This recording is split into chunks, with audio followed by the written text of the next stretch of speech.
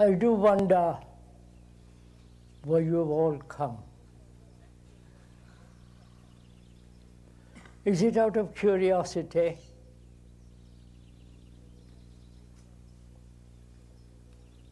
Or it's a lovely morning, it's an outing for you? Or are we serious enough to face all our problems which are mounting and find out for ourselves if we can resolve them? And as it is not possible to have a discussion with so many people or have a dialogue, then we can have a conversation together, which is that you and the speaker are walking along a shady lane full of shadows and running waters, and are talking about their own problems, problems which confront all humanity. Not only each one of us, but also what every human being in the world is going through.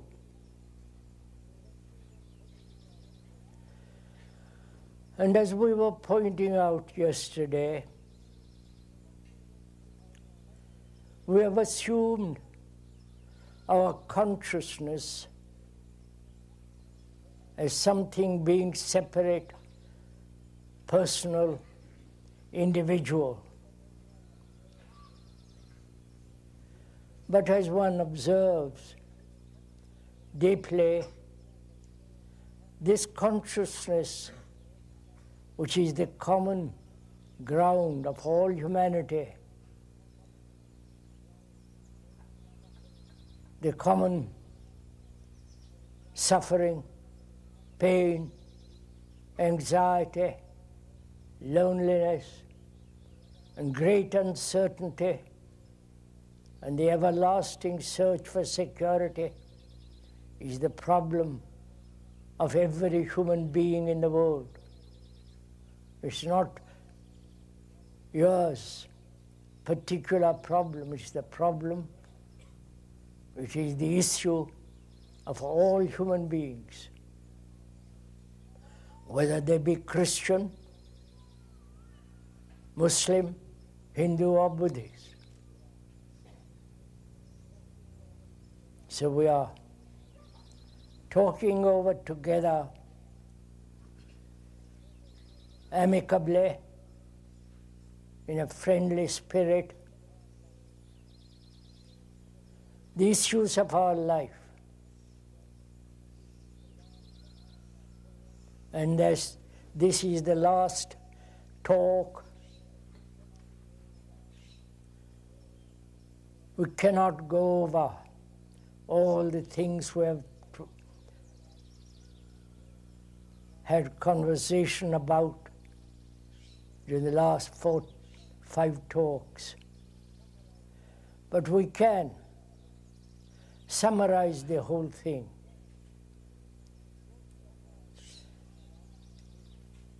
Most of us are apt to take one special problem and try to resolve them, or come here hoping that someone else will help you to overcome or resolve or transcend one's particular problem. But if one examines more acutely, critically, every problem is related to all problems. They are interrelated.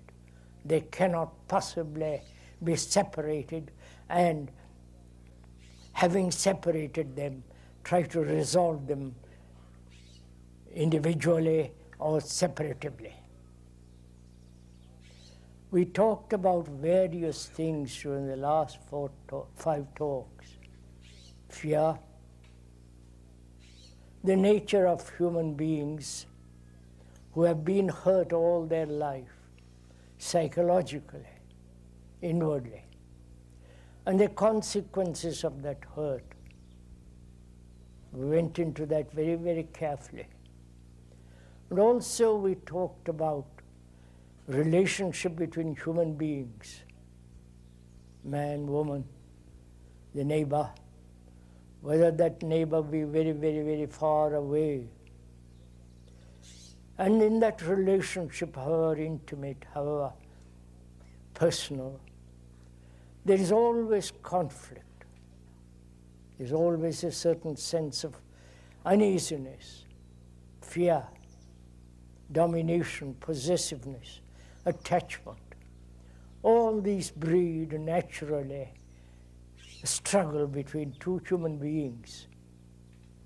The conflict arises. And we went into that question, whether that conflict can possibly end, or must it everlastingly continue from generation to generation. And also, we talked about fear, which is a very, very, very complex problem. The contributory causes of that fear: conformity, comparison, imitation, trying to be something that you are not. All and other factors bring about fear. We went into that very deeply.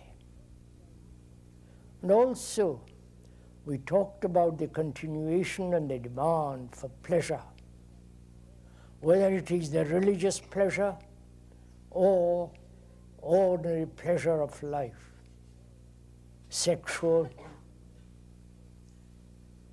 the form of achievement, success, possession, money, prestige, status, and all that. And yesterday morning, we went into the question, what is love? Why do human beings? Something wrong?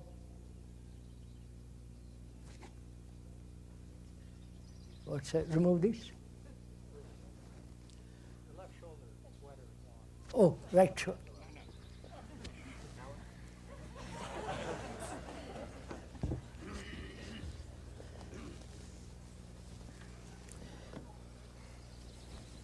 Is that all right?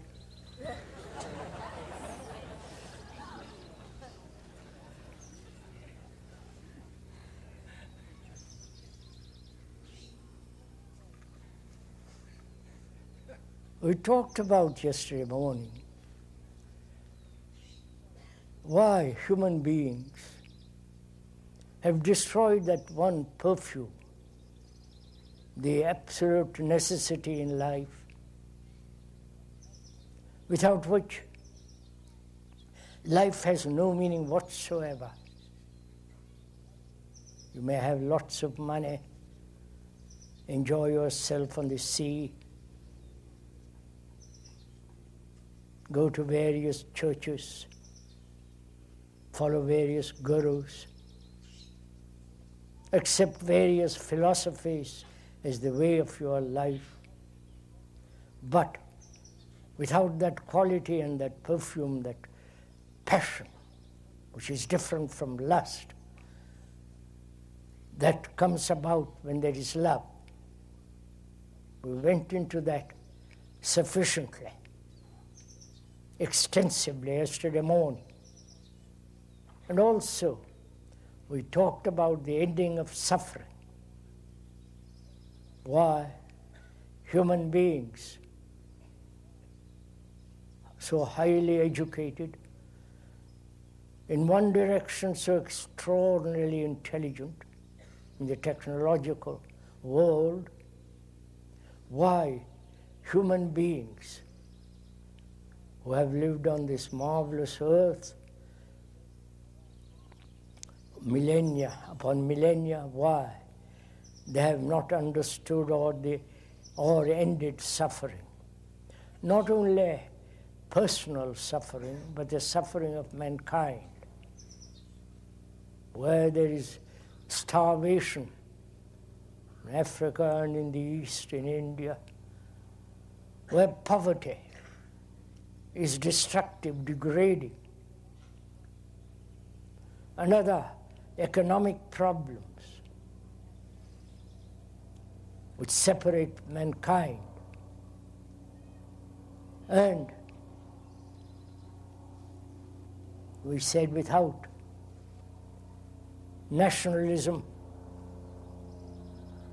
a global interrelationship alone will solve all our outward economic, social problems.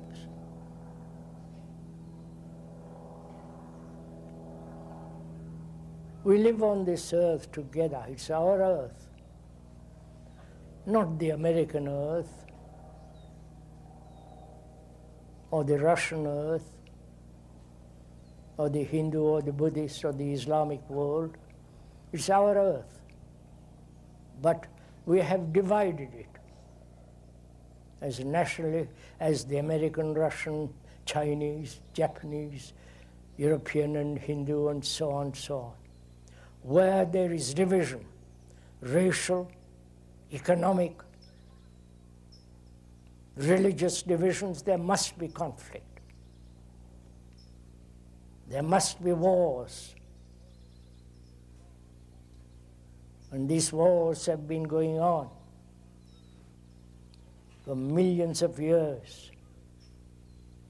And our intelligence,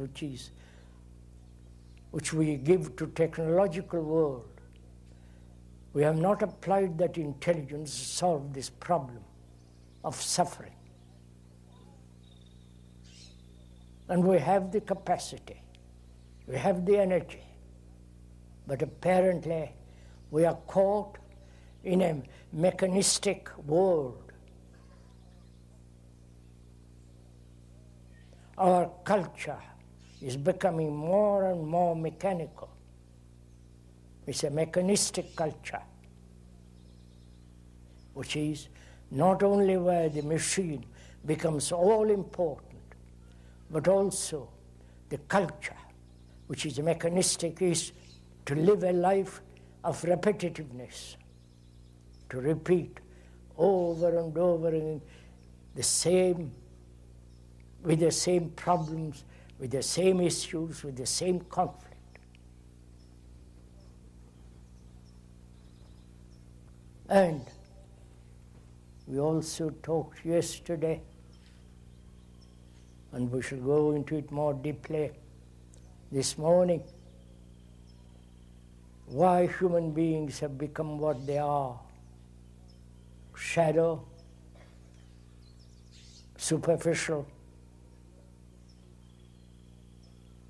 having learnt a great deal of life, accumulated a great deal of knowledge, and that knowledge apparently has not solved our human daily conflict.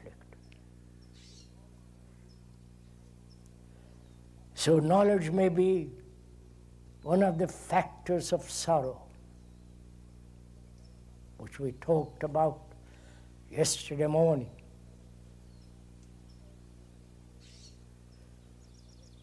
And we shall go into other subjects into this morning. But first, please, this is not a lecture as it is generally understood. Lecture being talking about a particular subject and be concerned with that subject to transmit it as clearly as possible to another. So this is not a lecture, but rather a conversation between you and speaker, in which both of us are observing, thinking about the same problem, looking at the same mountain, the same trees, the blue sky. And so we are together. And the speaker means that, honestly, together, to observe these problems and to find out for ourselves, not according to some philosopher, not according to some priest, not according to authority of a guru and so on and so on, to discard all that completely and observe for ourselves why we human beings have become so deplorably unhealthy psychologically. So please, though the speaker may put certain things into words, but the words are not the actual. The explanation is not that which is explained. As we talked about the other day too, we are caught in a network of words.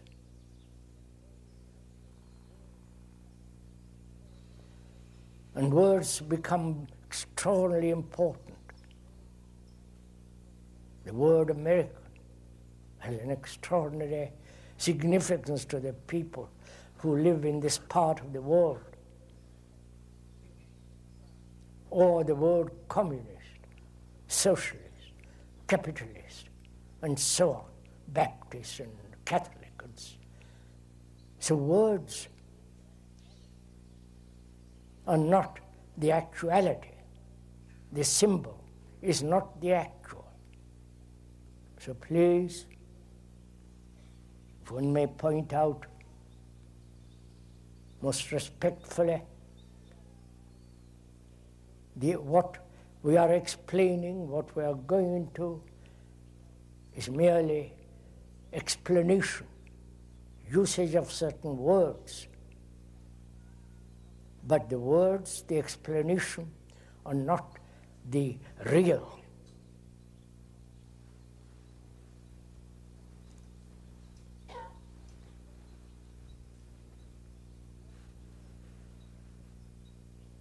We ought to talk over together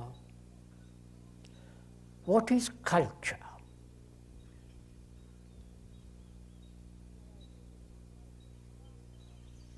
The ordinary meaning of that word is to cultivate.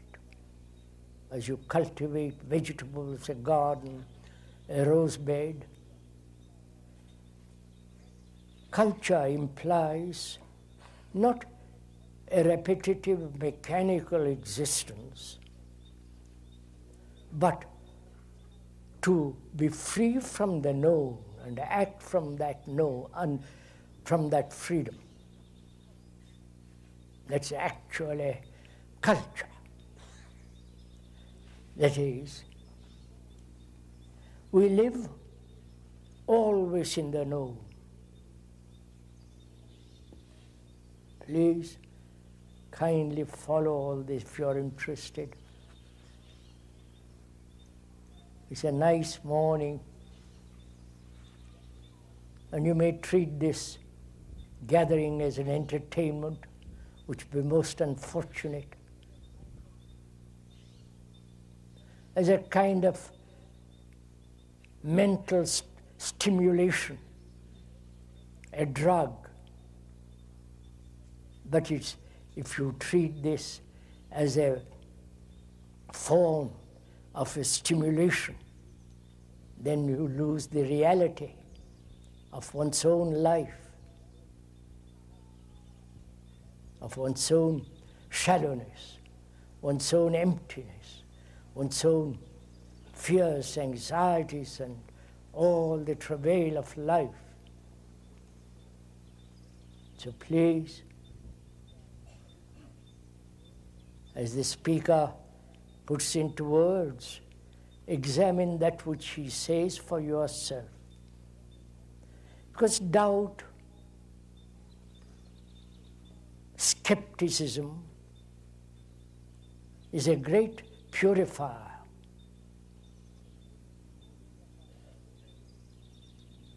Most of us are so easily accept things, especially in religious matters, in so-called spiritual matters. Their authority assumes it knows and you don't know. They act as interpreters. But it is necessary to discover what is truth. There must be doubt. And doubt in the Eastern world, in the Eastern religions, have been emphasized. In the Christian world, doubt is an anathema. Because if you doubt the whole structure of the church, whether it be local or from Rome or any other, if you doubt it, then the whole thing collapses. So, in the Western world, doubt has been condemned. They have been burnt, those who doubted, called heresy. They have been tortured, as they are doing now political prisoners in various parts of the world. It's the same phenomena. So, please don't accept a thing what the speaker is saying, but try to find out for yourself by carefully listening, if you are interested. If you don't treat this as an entertainment, then please listen and doubt and question and ask. You are doubting that which you have created yourself. You are doubting your own ideas, your own conclusions, your own experiences, your beliefs, your faiths. You are doubting so that you find out for yourself what is truth. And that is very important, because truth demands a free mind, a mind that is completely free. And there is no path to truth. So please, as we are going into this very complex problem,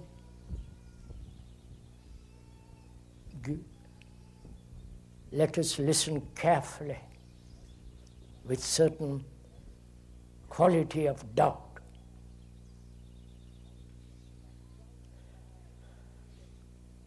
To doubt requires sensitivity. If you doubt everything, then it becomes rather stupid. But to doubt with light hand, with a quick mind, with subtlety, then the doubt brings about clarity, energy. And we need energy to go into all these problems, to resolve them. So we're asking, what is culture? Is it merely the mechanical repetition of the known? Which is, we live in the past. The past is our memory. The past is our knowledge through experience. And we live always in the past, in the known. And when we act from the known, it is repetitive. We must act in certain areas with knowledge, like a scientist. He has to have a great deal of knowledge.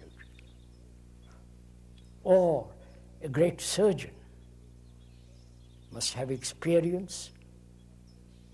He must have operated upon many, accumulated knowledge, skill, and the sensitivity of hand. And there, knowledge is necessary. And knowledge, which is all our remembrances, all the past incidents, the hurts, the fears, the longings, the despairs, the desperate loneliness, all that's part of our past knowledge. And when we are acting from the past, it must be repetitive. And therefore, the mind becomes mechanical. The computer is a repetitive machine, maybe quicker, faster than the human brain. But that machine is repetitive, as we human beings are.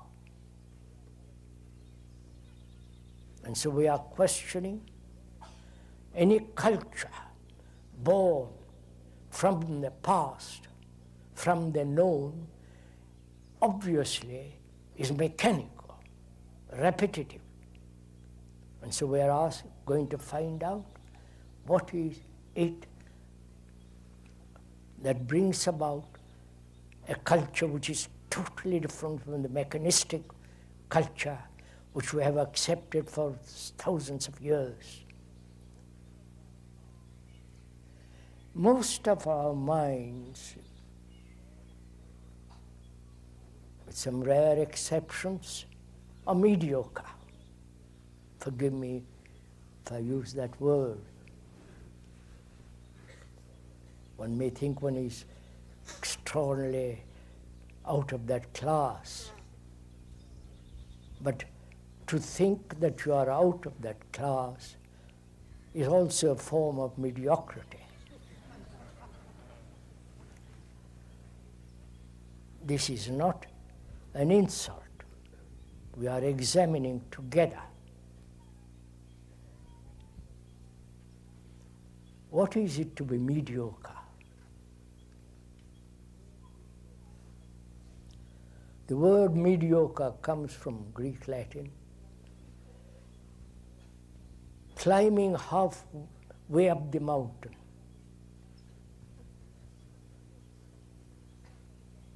That's the real meaning of that word, mediocre.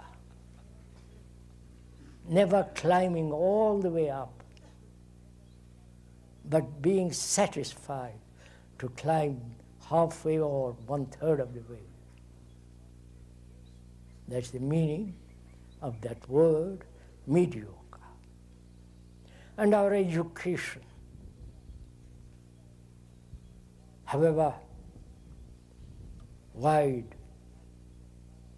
whatever knowledge one acquires in a particular subject, it is all these factors of education are limiting the mind.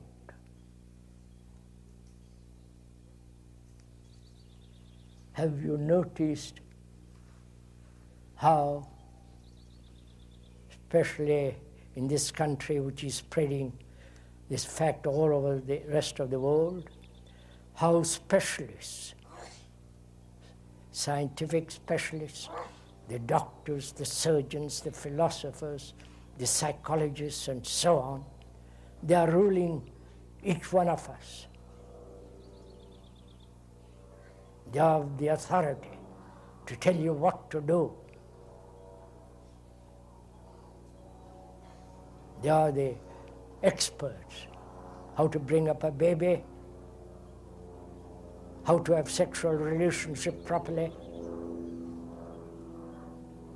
how to make up your face. They are these authorities, and we all obey them. Our obedience has at certain times a revolt, but that revolt is merely a reaction, and so it's not complete comprehension of the understanding that all specialized knowledge is limited, as all knowledge is limited. And a culture born out of this limitation is no culture at all.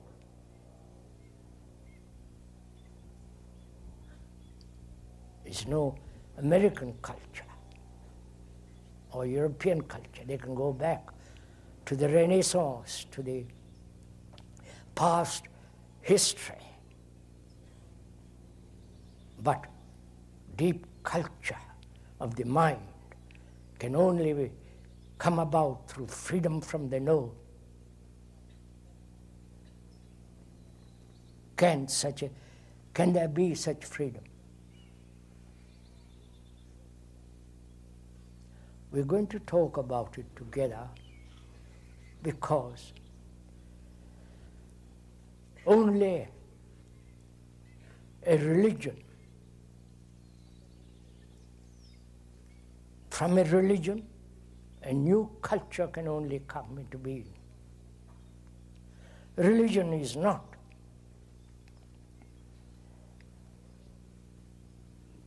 the authoritarian, the accepted form of religion, the state religion, the religion of belief, of faith, of dogma, of rituals, of worship as symbol. That's not religion, obviously.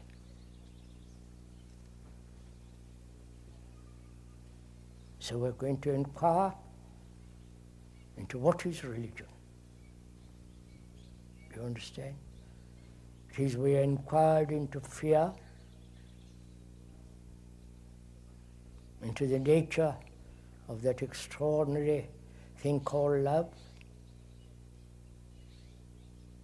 whether human beings can ever end their suffering, their misery, their anxiety. And also, we should inquire together into what is religion.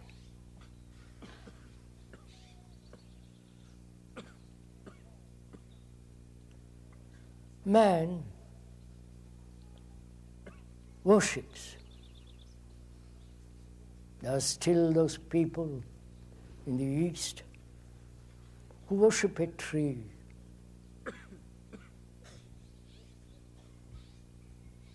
who worship a mountain. They give it, in India, to the Himalayas, a special peaks, a special name. And they worship at one time the earth, the trees, the heavens, the sun, as the Egyptians did. But we consider all that illusion, nonsense. And as we are so terribly sophisticated, we worship a symbol, pray to that symbol, to that savior, or as in India, it's another form of the same thing.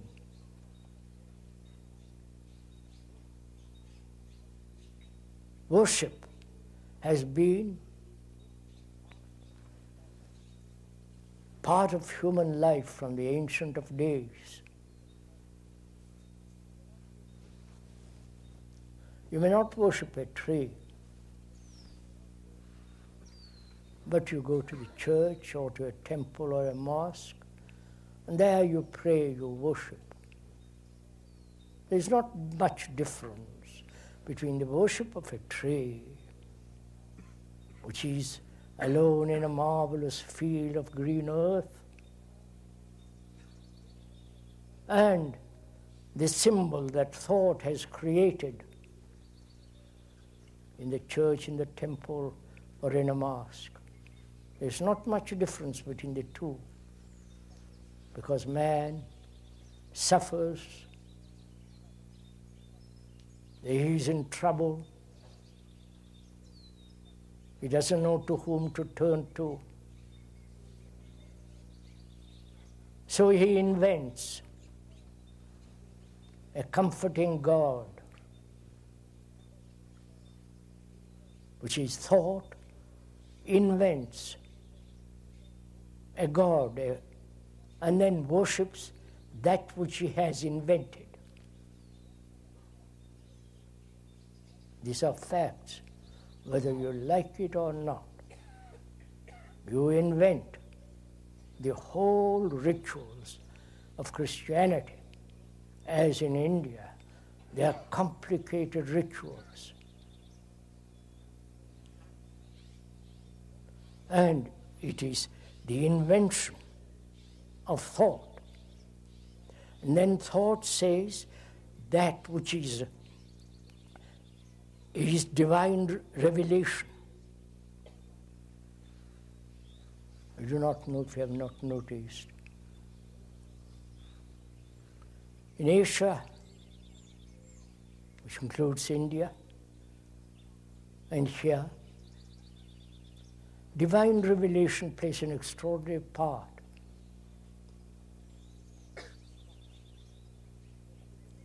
But the divinity is brought about by thought. The interpreter of that divinity is the priest. He thinks, and his thought has created various forms of rituals. So we're asking, is religion all this?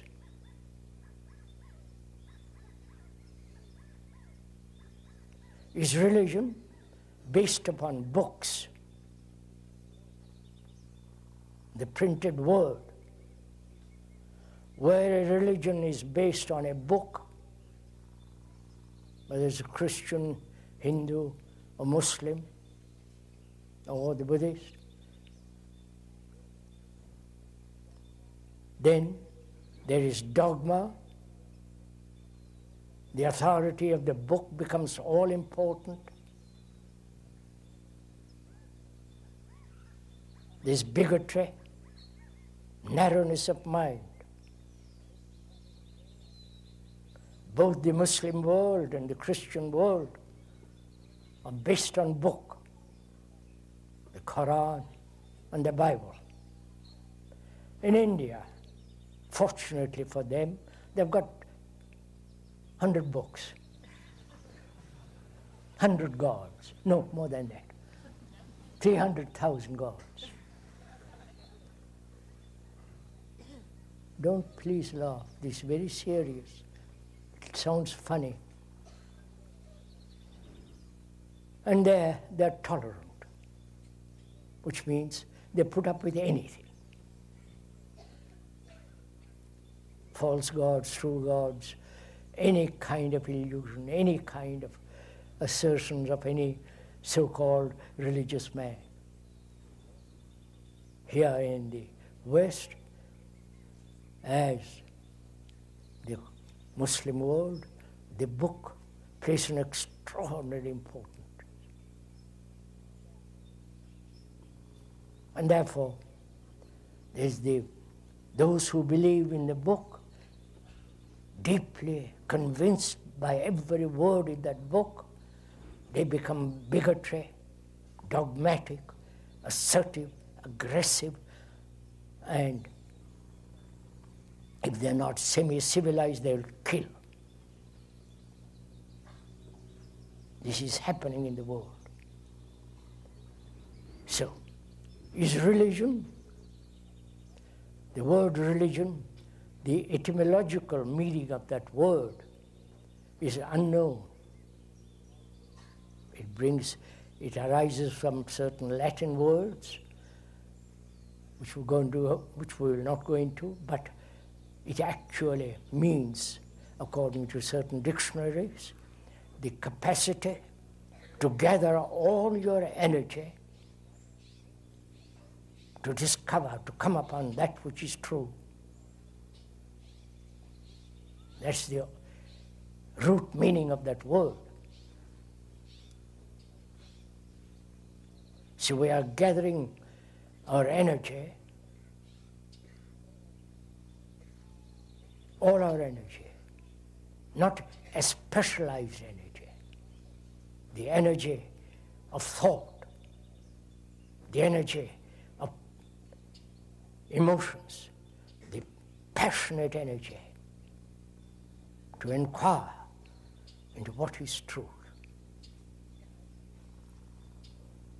And to go into it deeply, we must inquire also into why thought, which has invented all the religions in the world, all the rituals, all the dogmas, the beliefs, the faiths, which is the result of thought. There is nothing divine about anything. Thought can say what I have invented is divine. But thought is not sacred, is not holy. So it is important to go into this question of what is thought. We've gone into it previously. But the more you look at it, the more you inquire into the very nature of thought, the more complicated, the more it demands a subtle mind, it demands a quickness of mind, not a mechanical mind, not a mind that accepts, not a mind that acquiesces, but a mind that doubtful, questioning, demanding, has this great energy. And when you give this total energy, not an energy which is partial, because you are interested in some form of entertainment or in some form of relief, in some form of comfort, then it is all partial energy. Whereas if you demand totally to understand the nature of human mind, why we live the way we are living, destroying the earth, destroying ourselves, wars, misery, then you have to give all your energy. And where there is this total energy, complete passion to understand, to find out a way of living which is totally different from non-mechanistic, repetitive way. So we have to go into this question deeply once again. What is thought? Why thought plays such an extraordinary importance in our life, in our relationship, Is thought love? Please inquire with the speaker. Really, the speaker is putting your question. It's not his question. You are putting this question for yourself. Thought has created the marvelous cathedrals, magnificent structures in Europe and some of them here. And thought also has put all those things inside the cathedrals, in the churches, in the temples, in the mosques. So when asked, is thought sacred? Because it has put all this in these buildings, and then you worship it. I wonder if one sees the illusion of this, the ironic, actual deception that thought has invented the symbol, the ritual, the host, and the different things in India and Asia. Thought has been responsible for all this. Some of it being copied from the ancient Egypts, from India, and so on. And then thought, having created this marvelous structure in stone, then inside it are all the symbols, the agony,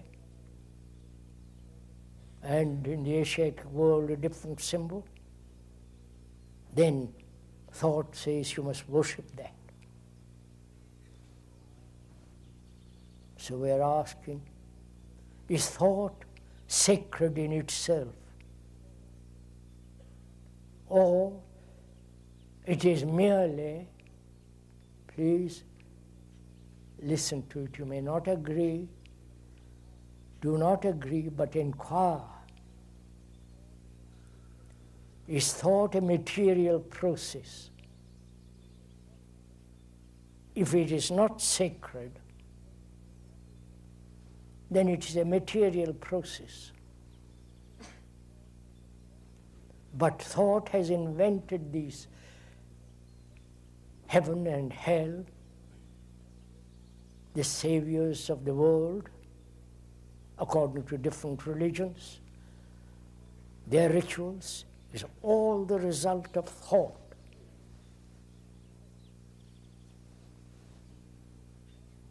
And then thought turns round and says, you must worship it. So, we must find out for ourselves, not according to any authority in spiritual, religious matters. There is authority of the surgeon, that's a totally different matter.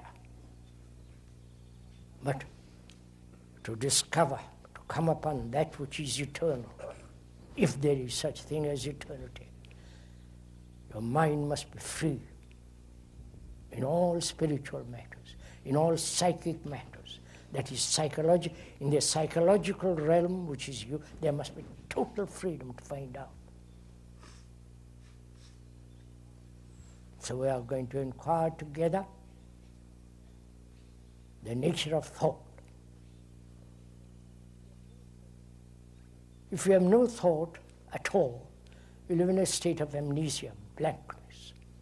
But that is a rare form of disease. But most human beings throughout the world, whether they are Hindus, Buddhists, and Christians, and so on, communists, the common factor is thought. They all think, whether they are extremely poor, uneducated, or the highly sophisticated, accumulated professor, or the cunning politician, or the highest authority of the church and so on.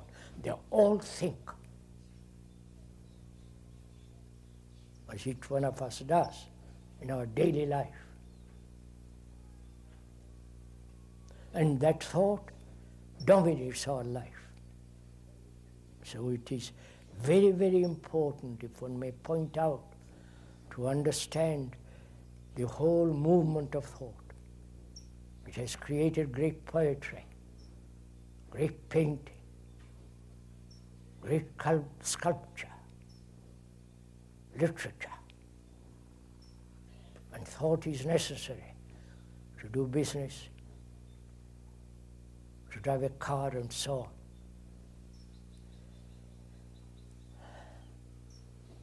What is thought? What is its origin? The beginning of thought. You are asking the question, not the speaker.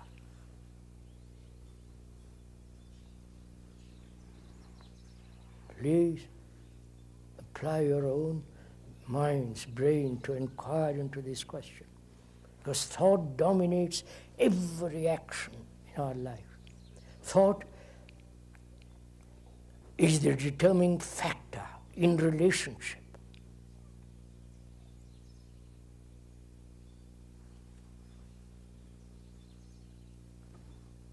So what is that thing called thought? The thinking machinery and the origin of it.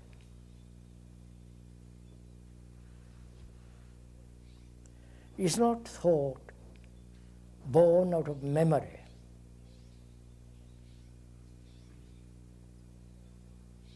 You remember where you live, the distance to be covered from here to where you're going.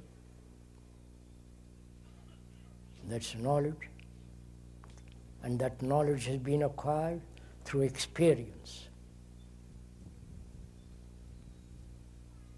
So the beginning of thought is experience, knowledge, memory stored up in the brain.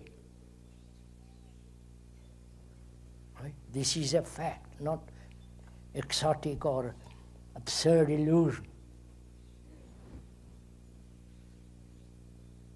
You remember something that happened yesterday, pleasurable or not, and that remembrance is stored in the brain, recorded in the brain, and from that record, thought comes into being. So thought, whatever it does, is not sacred. It's a material process. Some of the scientists even agree to what the speaker has been saying for many years. They have experimented on rats, pigeons, and guinea pigs, dogs, but they don't experiment upon themselves. We're also matter. And science is concerned with matter. And if thought is a material process, and thought, whatever it does, whether in the religious field or in the business field or in preparing for wars through a gathering of armaments, is the result of thought. Thought has divided people into religious, this type of religious person, this type of human being who lives in a certain part of the world, and so on. If thought has divided human beings, and thought, because of its divisive nature, because thought is never complete, because it's born of knowledge, and knowledge is never total about anything. Therefore, thought is always limited and separated, because I won't go into all that. It's separative. Where there is separative action, there must be conflict between the communists and the socialists and the capitalists, between the Arab and the Jew, between the Hindu and the Muslim, and so on. These are all the divisive process of thought. And where there is division, there must be, that's a law, there must be conflict. So, nothing that thought has put together, whether in a book, in the church, in the cathedrals, in the temples, or in the mosque, is not sacred. No symbol is sacred. So, and that's not religion. That's merely a form of thoughtful, superficial reaction to that which is called sacred. So we are going to find out, if we can this morning, giving our attention, our attention to inquire what is sacred, if there is anything sacred at all. The intellectuals throughout the world deny all this. They are fed up with the religions, with their illusions and all that. They discard. They're rather cynical about the whole affair, because religious organizations throughout the world have great property, enormous wealth, great power. All that is not spiritual, all that's not religious. So, as we said, the word religion, the etymological meaning is unknown, but also the dictionary makes it clear that to inquire into what is truth, one must gather all energy, the capacity to be diligent, to act not according to certain pattern, to diligently observe your thoughts, your feelings, your antagonisms, your fears, and to go far beyond them, so that the mind is completely free. Now we're asking, is there anything sacred in life? Not invented by thought.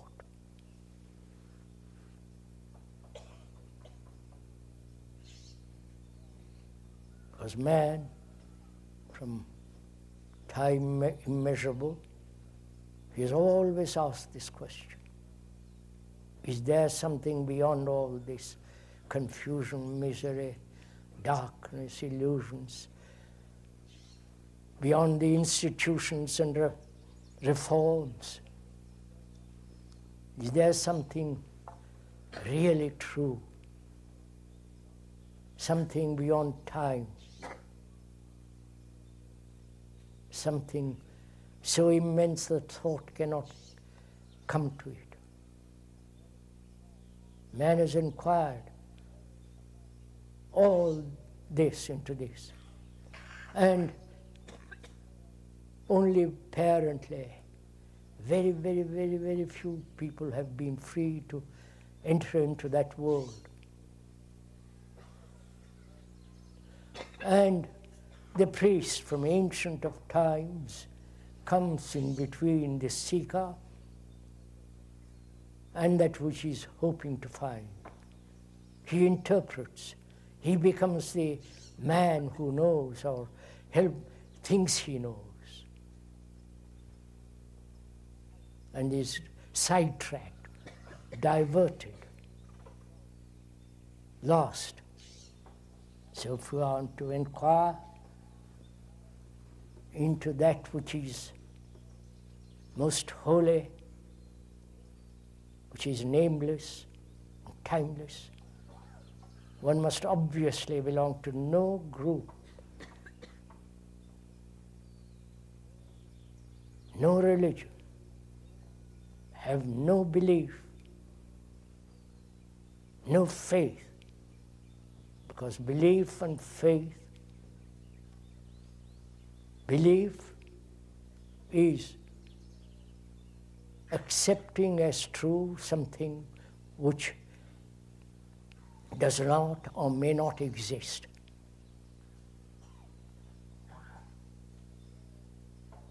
That is the nature of belief. Taking for granted, accepting something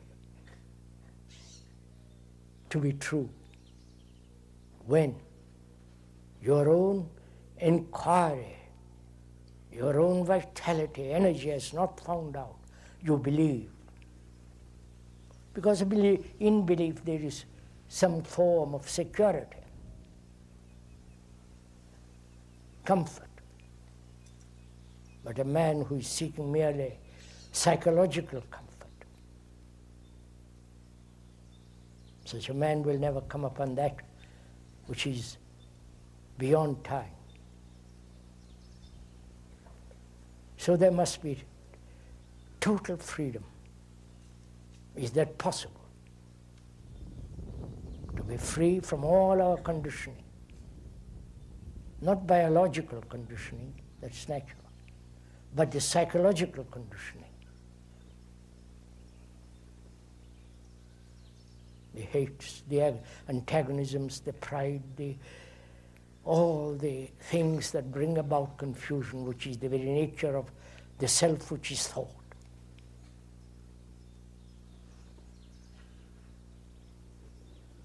And to find out, there must be attention,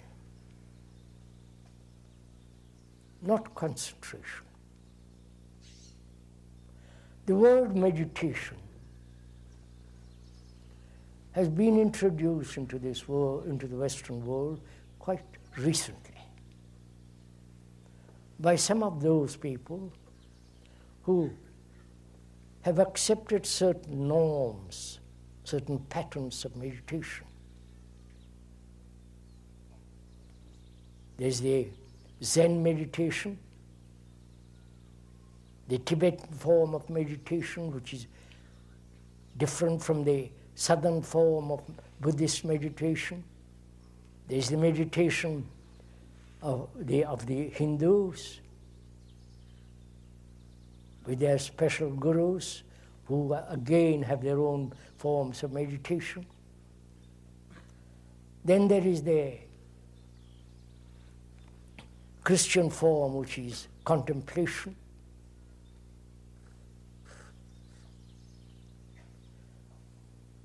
And the meaning of that word, meditation, implies, meaning of that word is to ponder over, to think over. And also, a meditative mind must be free of measurement. Please don't go to sleep, you are interested.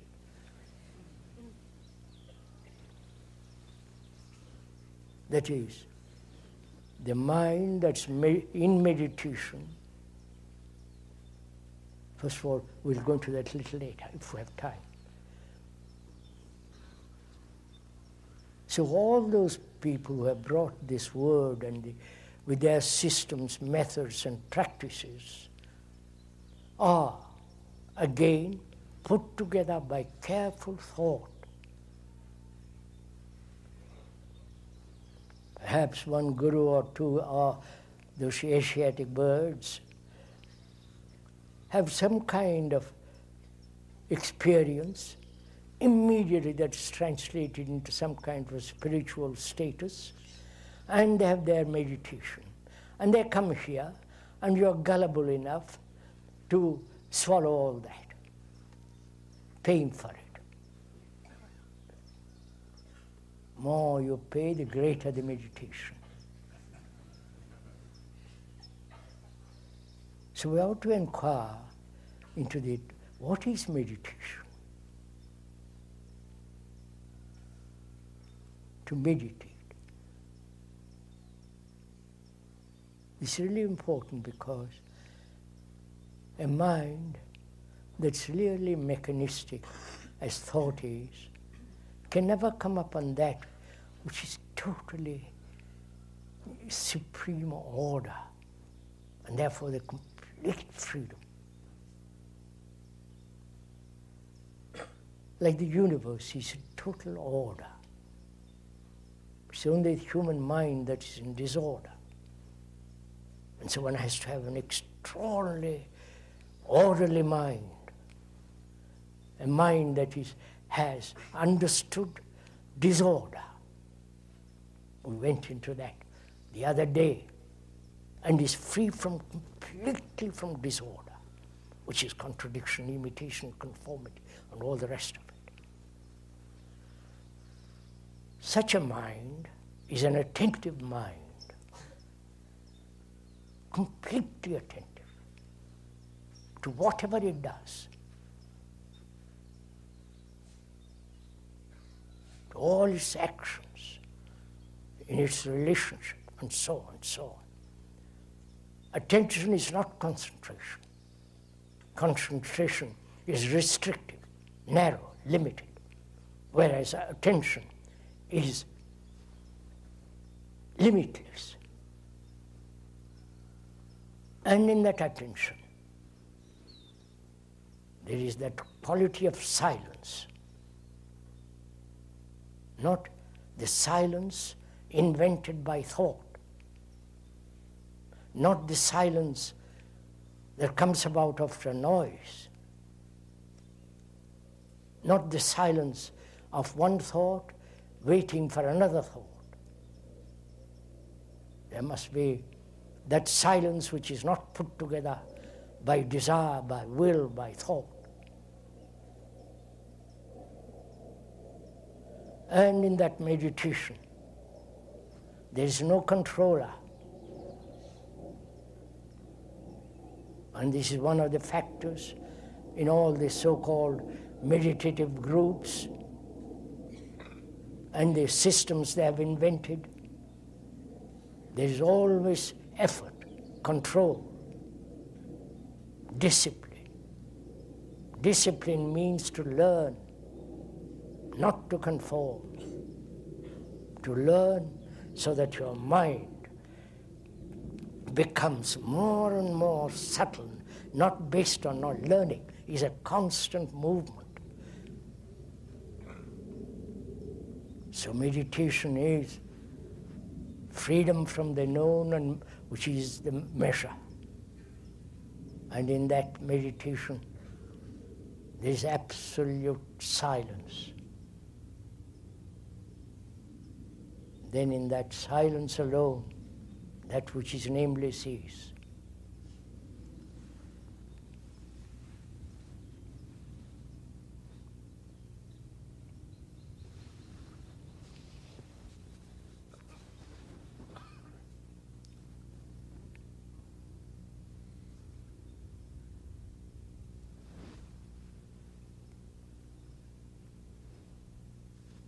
Maybe we get up now.